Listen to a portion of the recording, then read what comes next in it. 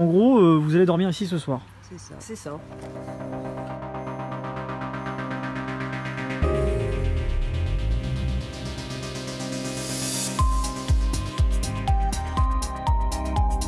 C'est quand même une grève, Ouais. hein, donc on n'y va pas quand même chacun de son petit confort.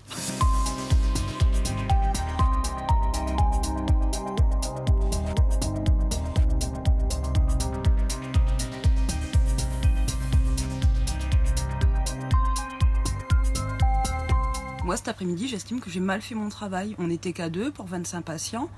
Donc on n'est pas sans savoir qu'en psychiatrie, on pratique, on met des patients en chambre d'isolement. Quand on est à 2, on ne peut pas l'effectuer correctement. Moi, là, ce soir, voilà, après mon poste, oui, je suis au campement. Mais il y a la lutte, mais il y a aussi, oui, en effet, les conditions de travail, elles sont déplorables.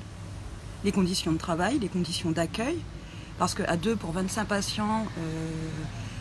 quand on fait l'entrée d'un patient en chambre d'isolement, qu'on n'est qu'à 2, on n'est pas fier de ne pas pouvoir aller le voir correctement comme on devrait le faire normalement. Alors on fait de notre mieux, mais on n'est pas fier. L'institution, elle ne nous donne pas les moyens.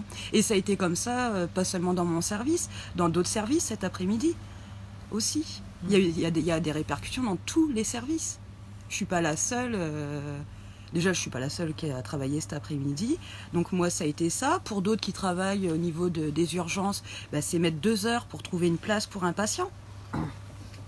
Quand vous perdez déjà 2 heures à trouver une place pour un patient, je vous laisse imaginer ce que ça donne comme répercussion dans les autres services. On nous demande des chiffres, sauf que nous, notre travail, il n'est pas quantifiable, il n'est pas mesurable.